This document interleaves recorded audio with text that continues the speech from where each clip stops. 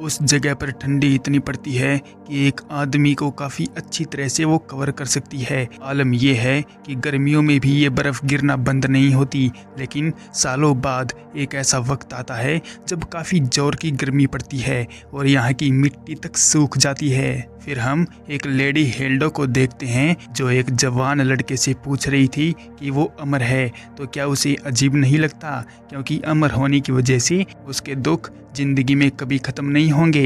ये लेडी इस लड़के जिसका नाम उलरिक है उसकी वाइफ है, जो अब काफ़ी बूढ़ी हो गई है। लेडी की बात सुनकर उलरिक थोड़ा सोचकर बताता है कि समय अपनी रफ्तार से आगे चलता रहता है, लेकिन उसकी ज़िंदगी ठहर सी गई है। जितने भी इमोर्टल चीज़ या फिर इंसान थे वो धीरे धीरे करके गायब हो गए। मशहूर एल्फ जिनको बोला जाता था कि वो कभी मरेंगे ही नहीं, वो भी मर चुके हैं। और वो पॉपुलर ड्रैगन जो उलरिक के जन्म से पहले राज किया करता था वो भी अब धूल बन चुका है। उलरिक ने बहुत से लोगों को जाते हुए देखा है और वो आगे भी सबको जाते हुए देखता रहेगा। और ये काफ़ी पेनफुल भी है। एक इंसान की बॉडी मरकर ख़त्म हो जाती है और बस उसकी याद ही रह जाती है, लेकिन कुछ टाइम बाद वो यादें भी धुंधली पड़ जाती हैं।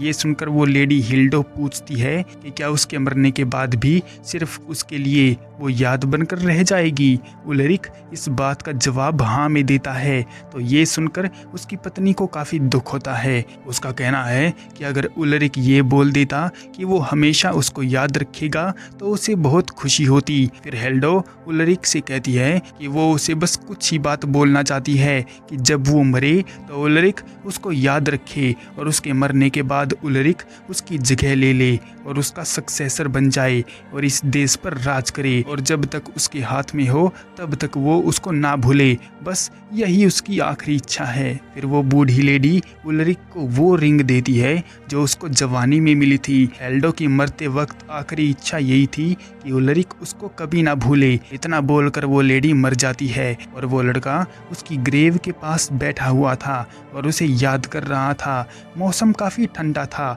ठंडी हवाएं चल रही थी। अभी वहाँ पर एक आदमी आता है और उलरिक को अंदर चलने को बोलता है क्योंकि हवा बहुत ही ज़्यादा ठंडी थी। उलरिक कुछ देर के लिए सोचता है और फिर उस आदमी के साथ अंदर चला जाता है। तिथमारशेन की ठंड अभी भी हड्डियों तक चुभ रही थी। बर्फ की सफेद चादर हर तरफ फैली हुई थी और हवा में एक अजीब सी खामोशी थी। सुबह की धुंधली रोशनी पुराने टेम्पल के कमरे में घुस रही थी। रॉबर्टा कंबल में लिपटी हुई उठी। बाहर का नजारा देखकर वो मन ही मन सोच रही थी, ये जगह सच में दुनिया के किनारे पर है। सर्दी कभी रुकती नहीं, मॉन्स्टर्स हर कोने में छिपे रहते हैं। यहाँ जीना आसान नहीं होगा। ठंड से उसके हाथ कांप रहे थे, लेकिन उसने खुद को संभाला और तैयार हो गई। वो तुरंत काम पर लग गई। सबसे पहले वो बेरहर्ट मेयर बैरन से मिली। बैरन वो विशालकाय गार्ड था जिसका शरीर जायंट्स के खून से प्रभावित लगता था। बर्न ने रॉबर्टा का सम्मान किया, खासकर जब उसे फादर अलोंसो का नाम पता चला। वो बहुत विनम्र था। बर्न ने रॉबर्टा को टेम्पल के आसपास घुमाया और इलाके की बेसिक जानकारी दी। मॉन्स्टर्स कहाँ-कहाँ ज्यादा आते हैं, स्थानीय लोग कैसे रहते हैं और लॉर्ड उलरिक के नियम क्या हैं। रॉबर्टा ने मौका देखकर चुपके से पिछले हेड प्रीस्ट के बारे में फिर पूछा। बर्न ने थोड़ा हिचकिचाते हुए जवाब दिया, वे अचानक गायब हो गए, कोई सुराग नहीं मिला। बस एक दिन थे, दूसरे दिन नहीं। यह सुनकर रॉबर्टा के मन में शक की एक और लहर उठी। वो सोचने लगी कि यहाँ सब कुछ सामान्य नहीं है। बर्न की बातें सुनते हुए उसे लगा कि वो भी कुछ छिपा रहा है। दोपहर होते होते रॉबर्टा ड्यूक उलरिक से मिलने पहुंची। उलरिक अभी भी युवा और आकर्षक दिख रहा था, जैसे कोई 25-30 साल का आदमी, लेकिन उसकी आंखों में गहराई थी, जैसे सदियों का अनुभव समेटे हुए हों। वे दोनों एक छोटे हॉल या टेंट जैसी जगह पर बैठे। उलरिक ने खुद म्यूटेंट ट्रीज की चाय बनाई जो डीमन रेल्म से प्रभावित थी। चाय का स्वाद अजीब लेकिन गर्म था और रॉबर्टा को लगा कि ये चाय भी इस इलाके की तरह रहस्यमयी है। चाय पीते हुए उलरिक ने बात शुरू की।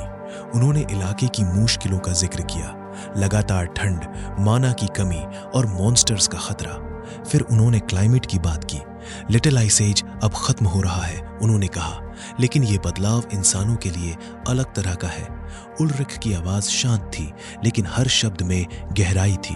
उसके बाद उल्रिक ने पुरानी इतिहास की चर्चा की, 1400 साल पहले गिरे हुए एम्पायर के बारे में और दुनिया के 3 अलग अलग एरा समय काल के बारे में।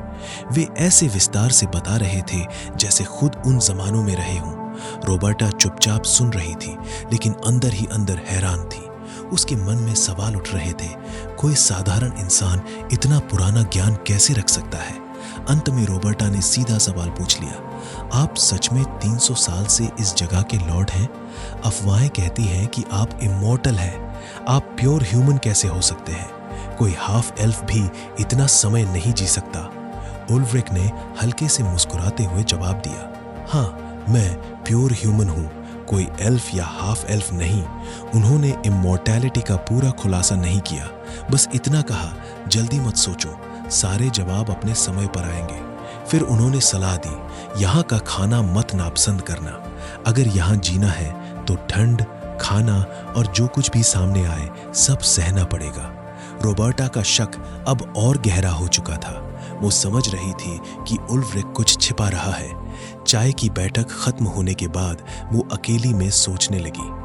उसने फैसला कर लिया कि अब वो खुद जांच करेगी, पुरानी रिकॉर्ड्स देखेगी, लोगों से बात करेगी, कैसल के पुराने हिस्सों में घूमेगी और उल्रिक के अलग अलग समय के नामों का पता लगाएगी।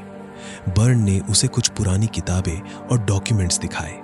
उनमें उल्रिक का नाम अलग अलग समय में अलग अलग रूपों में आ रहा था। रॉबर्टा को सब कुछ नामुमकिन लग रहा था, लेकिन सबूत उसके सामने थे। हर पन्ना पलटते हुए उसके हाथ कांप रहे थे। रॉबर्टा को उल्रिक की पुरानी यादों या किसी आर्टिफैक्ट से जुड़ी चीज दिखी, जिसमें उसकी मृत्यु पत्नी हिल्डे या हिल्डीगार्ड का जिक्र था। तस्वीर या पुरानी चीज देखकर रॉबर्टा को लगा कि अमृता का राज शायद किसी पुरानी लव स्टोरी या प्रॉमिस से जुड़ा हो सकता है। हिल्डी की आंखें तस्वीर में भी उदास लग रही थी। बर्फ बाहर लगातार गिर रही थी। रॉबर्टा अब समझ चुकी थी कि उसका काम सिर्फ प्रीस्टेस का नहीं है, उसे इस रहस्य को सुलझाना भी है। उल्रिक की शांत मुस्कान और गहरी बातें उसके मन में घूम रही थी। मिस्ट्री अभी शुरू ही हुई थी और आंसर्स धीरे धीरे सामने आने वाले थे।